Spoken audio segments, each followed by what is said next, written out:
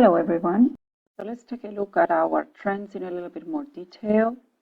An important trend that people are going to be concerned with is the food origin.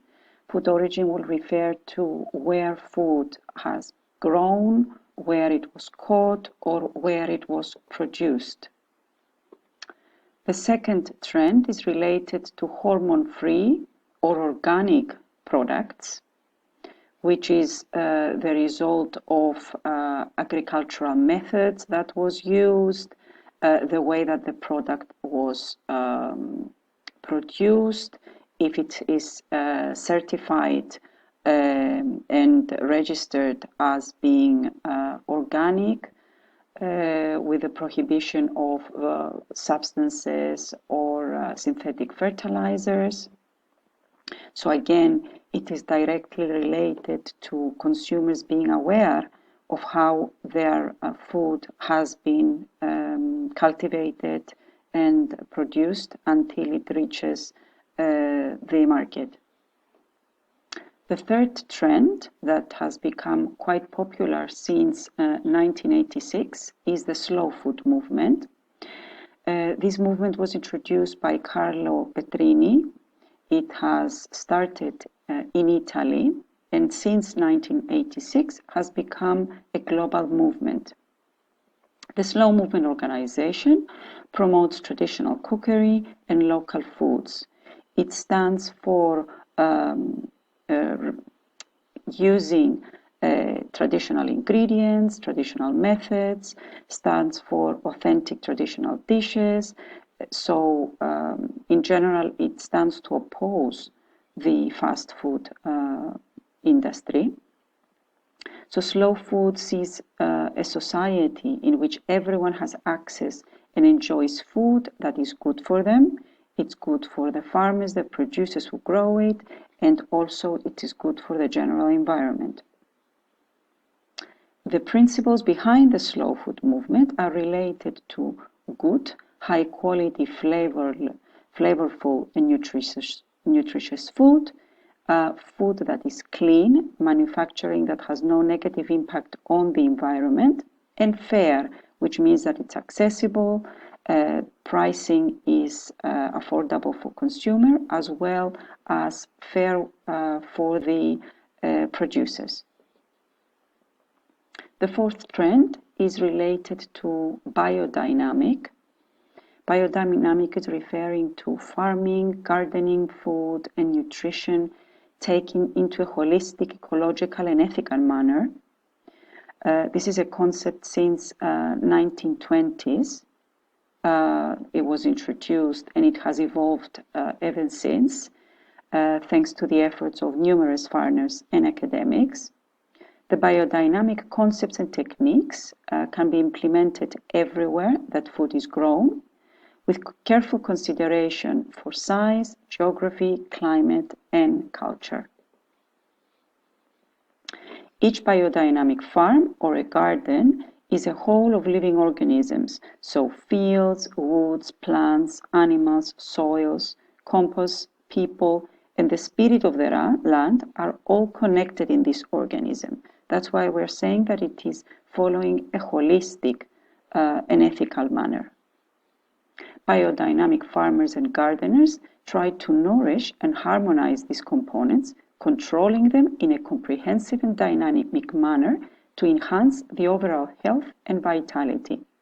So biodynamic farmers make an effort to listen to the earth, to feel what could want to emerge through it, and to build and evolve their farm as a distinct uniqueness. The fifth trend is related to the reduction of food waste that we have previously mentioned. Now, in 2020, both home cooks and restaurant chefs will try to incorporate the zero waste movement into their kitchens. Food waste has become an increasingly serious problem and concern as a result of our actions and ignorance up until now.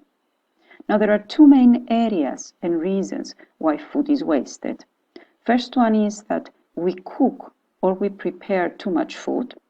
And the second one is that we don't eat this food that we prepare in time. So we tend to store it, and in the end, we dispose it. Fresh vegetables and salads, drinks, fresh fruits, and bakery products such as bread and cakes are the things that we squander the most. Another example here from a company that it is trying to reduce packaging. It is, again, a local small Swiss store that tries to reduce packaging of their products. And you can see they're selling them in bulk. So you bring your own container and you refill them. Our sixth trend is hunting. So there is an increase in the act of gathering wild food for free, obtaining food from nature through harvesting plants and small animals, birds, as well as insects, scavenging animals killed by other predators, and hunting. Our seventh trend is related to meat-free products. So vegetarians, vegans, pescatarians tend to prefer foods such as beans, grains, fruits, and vegetables. A plant-based diet is high in fiber, vitamins, and other nutrients, and includes fruits, vegetables, grains, beans, legumes, and nuts. From studies, we can see that people who do not consume meat consume fewer calories and fat, they weigh less, and have a reduced risk of heart disease in comparison to non-vegetarians. There are a number of applications, such as Nuka, that you can see here, is an application that is analyzing food items and producing a detailed data sheet for each product to explain how it is evaluated. So the mission of this application is basically to allow the consumer to make better and easier and more educated choices regarding their health. Our sixth trend here is storytelling and commercial success. Customers will continue to spend their money where their beliefs are, and this is especially true when it comes to where they dine. Our Generation Z and millennials are more likely to spend money with firms who utilize their company to do good. And restaurants that think about their business affect their employees, their customers, their community, and their environment. So we can see that corporate social responsibility practices are becoming important as the years go by. Consumers are becoming more demanding, linking their buying habits and their health and sustainability of the planet. Therefore, to fully prosper and remain competitive in the long run, the hospitality industry will need to adjust to new industry structures such as personalization, food safety, adoption of digital technologies, etc.